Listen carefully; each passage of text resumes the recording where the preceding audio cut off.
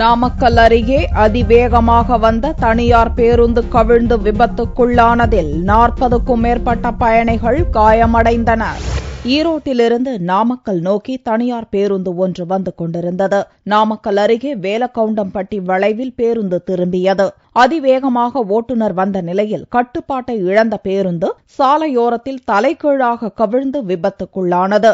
இந்த விபத்தில் பேருந்தில் பயணம் செய்த பயணிகளில் 40க்கும் மேற்பட்டோர் காயமடைந்தனர். தகவல் அறிந்து சம்பவ இடத்திற்கு விரைந்து சென்ற போலீசார் விபத்தில் சிக்கியவர்களை மீட்டு சிகிச்சைக்காக மருத்துவமனைக்கு அனுப்பி வைத்தனர். பஸ்ல நல்ல மழை வேற, பஸ் வேற கொஞ்சம் வேகமா வந்து திடீர்னு பார்த்தா நல்ல மழை வரதுக்கு பஸ் அப்படியே கண்ட்ரோல் கிடைக்கல, போய் பள்ளத்துல போய் அப்படியே சாஞ்சிட்டாப்ல போய் பஸ் ஸ்டாண்டிங் வேற எப்படின்னா ஒரு 70 பேர் பக்கமா இருப்போம் பஸ்ல. காய்ச்சல் இருந்துங்க, இது மாதிரி ஏஜென்ட் தகவல் சொன்னாங்க. தகவல் சொன்ன உடனே இங்கிருந்து கார் எடுத்து போனோன்னு ஒரு 9 டிக்கெட்டுங்க, ரொம்ப சீரியஸா இருந்தாங்க. எடுத்து வந்து நாமக்கல் ஜிஹெச்ல சிஎம் ஹாஸ்பிட்டல்ல அட்மிட் பண்ணாங்க.